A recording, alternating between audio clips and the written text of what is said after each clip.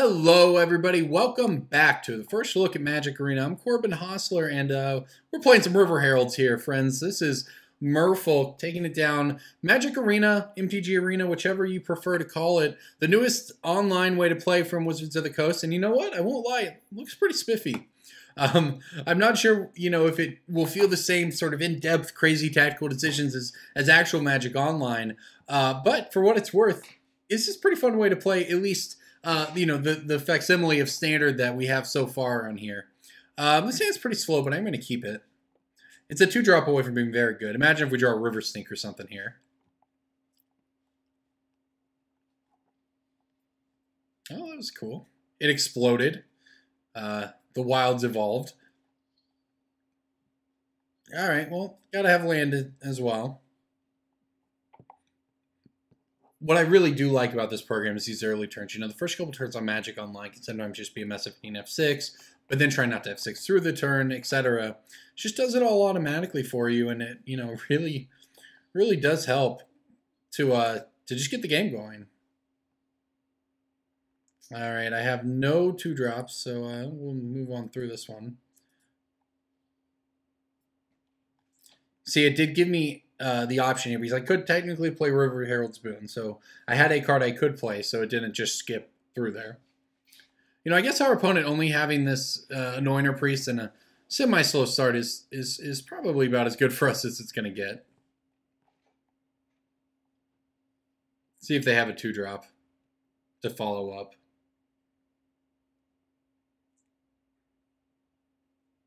Oh gosh, well that was a pretty good 2-drop as it turns out. All right, fair enough. Well, we finally get to start playing the game now. It's turn 3. And we don't have double green. I'll be able to play this next turn, so I guess we'll just get in here with the Shaper of Nature. It does block our opponent's board, what they have, and the next turn we'll play the Woodland Stream and the Vine Shaper Mystic. We'll have a 4/4 and a 2/4, and that's not bad. Certainly defensive, and then after that we'll have Swift Ward and or River Herald's Boon up. So as long as our opponent doesn't have too crazy of a turn 4 here, I do like how our board's lining up for the rest of the game. Well, you know what? That is a good card, but it is beatable. I mean, our opponent doesn't even have an attack. Doesn't even have an attack right here.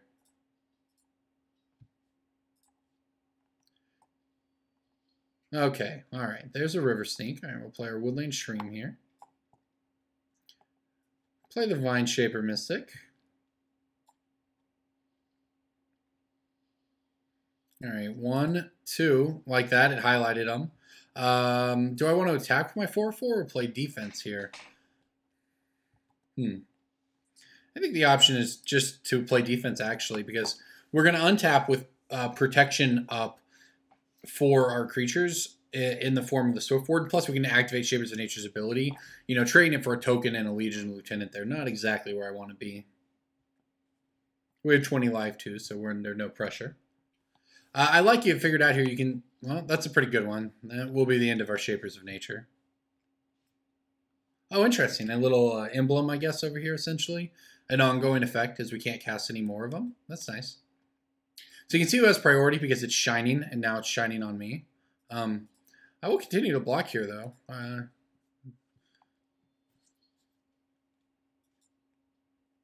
All right, well, in that case, I think I'm just going to go with the River Sneak here.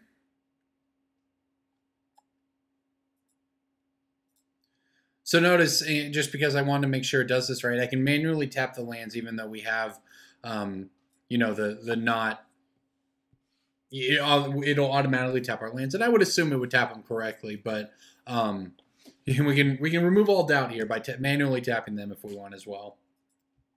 That's our Exile pile, Shapers of Nature, underneath the Ixalan's Binding. This is cool. I like that it puts it over here to remind you, because as you've seen from, what is this? Oh, we've been enchanted. Oh, that's annoying. Whatever. Sure, move to combat. All right, my opponent's going to take the bait again. Or are they? No! The one time they don't attack. Oh, this is cool. You want the green? You just... nice. Very nice. All right, so we'll play this out. I was hoping to get to eat the Anointer Priest, but it didn't quite work that way. And yeah, I will take something from the... we'll take some damage here from the Trespasser's Curse. But I thought that was worth preserving the potential for the surprise. All right, so we'll play out this Jade Guardian. Put the counter on the River Sneak. We have a path to victory here, and it is to play this River Sneak and attack with it a lot. Go ahead and play this one out as well. We'll save this as our last spell. Yeah, I am getting drained pretty hard, actually. Oh, I would definitely like to keep that on top of my library. Right, this is our only attack, but it is a good one. It's unblockable. Our opponent has drain gained us for 3 with this curse, but that said, our board is starting to get a little large for them here to try to deal with, and we have this hexproof Jade Guardian, as you can see by the, I don't know, I guess that's some sort of hexproof Illuminati symbol on it, but it does work. Forerunner Legion is a pretty good one. They get to give the vampire they want, +1/+1. No, it's any creature, actually, not just a vampire. Maverick Fane is a pretty good one to put on top of their deck. So the other nice part about this program is when you know a card, whether it's in their hand or wherever else on top of their library, for instance, it just shows it to you. This is, similar as if it were revealed or whatever. It's pretty sweet. All right, so let's go ahead and combat our opponents. I think I want to get in with the River Sneak here. Probably the Swift Warden as well. Just because we are planning on River Heralds booning here, so if our opponent goes for the trade, we can punish them. And if not, maybe we just dump both counters into the River Sneak and get in for 4. And it looks like that's what's going to happen here. Do I want to make this a 4/4 just so it stays bigger than other things? I think so, probably. Hedge our bets a little bit here. Look at that. And we get to chart a course. All right, that's not bad. I mean, those weren't exactly the most high-impact cards to draw, but we've evened up the life totals. Our opponent does have Maverick Fane, and it is very good. Especially with this Forerunner of the Legion, which triggers off of any vampire. So that is a thing to be a little concerned about, I won't lie. We don't want to draw any more lands. We have a Jade Guardian here. Let's see where our opponent chooses to put all of these +1/+1s here. And they get to gain life off of the Anointer Priest.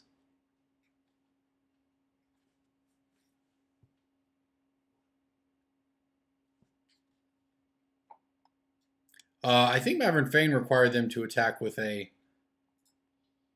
Do I want to trade off with this? I can take it this turn, next turn make this thing a 3/5 and it'll block that forever. I think they have to attack with a non-token creature, so they're actually not getting the trigger off the Maverick Fane here, so maybe a little bit of a mistake on their part. That said, I don't have anything great here. You know, I can just block it for free, I guess. No reason not to do that. The only question is whether or not I want to trade off something with it. I could trade off the Jade Guardian with it. And still keep one after that. Timeout used. Oh, is that what this is? Interesting. Interesting. I guess you get 3 of them. You get an extra timer. That's pretty cool. For the turns you need an extra time to think. That's really nice, actually. I quite like that. I wondered what this little time spiral thing down here was. I guess our opponent has used 2 and we've used 1. I'm not sure exactly. That's pretty neat, though. All right, I think I want this on this Vine Shaper Mystic because we just have to play defense here.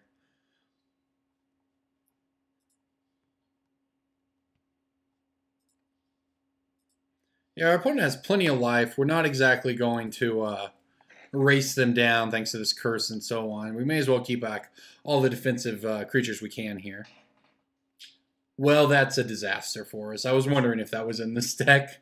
Anointed Procession now means that whenever they attack, they get 2 tokens off of Maverick Fane and gain 2 life thanks to Anointed Priest.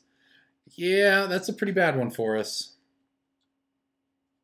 So this thing's going to be a 5/5 if this is the only creature that comes in.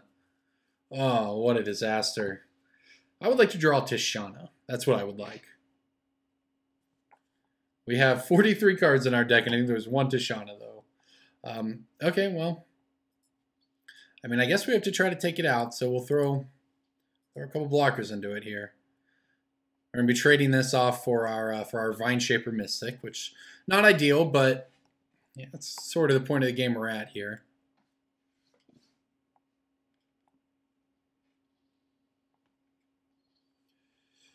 Second River Sink, not exactly what we were looking for.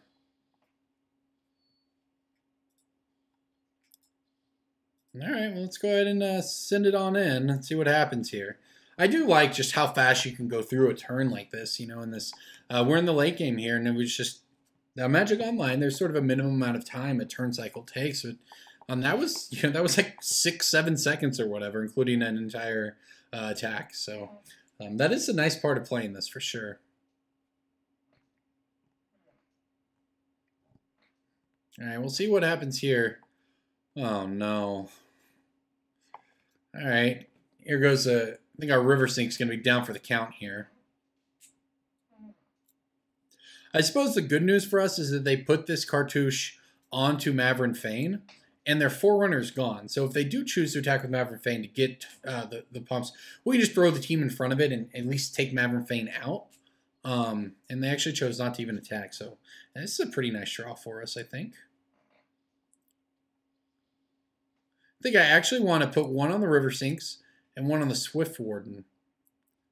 Let's go ahead and make the 5/5 Swift Warden here. That's way it's, you know, unless our opponent has to have a combat trick to do something. And, you know, this River Sink has been doing work throughout this game. It's got our opponent down to 12 here. They have 4 cards in hand. I don't know if they're all just cards that cost more than... Oh, well, that's unfortunate. The old double Ixalan's Binding, huh? This one hit the River Sink. Okay. I think that's actually better for us. I think if they had hit Swift Warden and then just got aggressive, we actually would have been a lot worse off. You know, as it stands now, I don't really think we can do anything. But if they could have raced that River Sink, I think, and just got aggressive if they had taken out our Swift Warden and just started swinging in. I think that actually would have been far worse for us than what they did. You know, we lose our pressure here, so we're not able to win the game soon. But at least we're not dead, so maybe we can draw out of it. We are on 8-9 lands or something, and our opponent is on 4. And second Cartouche of Ambition's pretty good. Yeah, this is looking kind of bad here. It's a lot of lifelink. This black-white token stack's pretty sweet. Oh, nice draw. I was hoping to draw something like that. All right, well, we'll see what we can do here. Dunes of the Dead. That's one if it goes to a graveyard, they get a 2/2 zombie. Okay. Oh my gosh. You guys can't hear it. In my headphones, it went, nay, and it's like sort of just the neigh of death. All right, get this out. I don't think we're going to beat this old horsey here, but whatever. See what we can do. Tempest Caller, I guess, is probably our only out. We could get the Tishana. Is that good? Oh my gosh, that really worked. You can't see it. There's a, right above the Forerunner picture up here, there is a little highlight, a magnifying glass, so it can pull it off and on. So I'm trying to figure out, they're at 13. We'll have 7. They have so much lifelink though. And once, I think I get Tishana. Because the other option is to get Tempest Caller and tap 13, but they'll see it coming from a mile away. Obviously, because we have to reveal it. Where's Tishana at? There we go. I don't know if any of this is going to be enough to win. This is a Crested Sunmare. Yeah, it's pretty good. Oh no! The curse! The curse! The Trespasser's Curse and the Sunmare! Oh my gosh.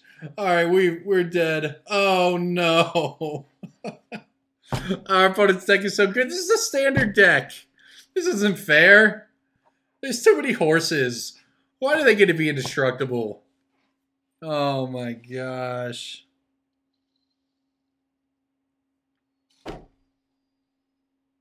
Wow. Look at that. There's a million things attacking. To make draw our tiny little arrows. We are dead, dead, dead. We got Crested Sunmared out of this one. I own a horse in real life. I live in Oklahoma, and so we have horses down here. Backstabbing Sunmares, man. All right, well, good games, Vampire Life game deck. There you go, everybody. First look Magic Arena. I won't lie, that was pretty enjoyable. That was pretty fun. Losing to horses when they go nay is a lot more fun than it is when your opponent just plays it on Magic Online and kills you. But there you go. Thanks for watching, everybody. I'm Corbin Hostler, and this is a first look at the gameplay of Magic Arena.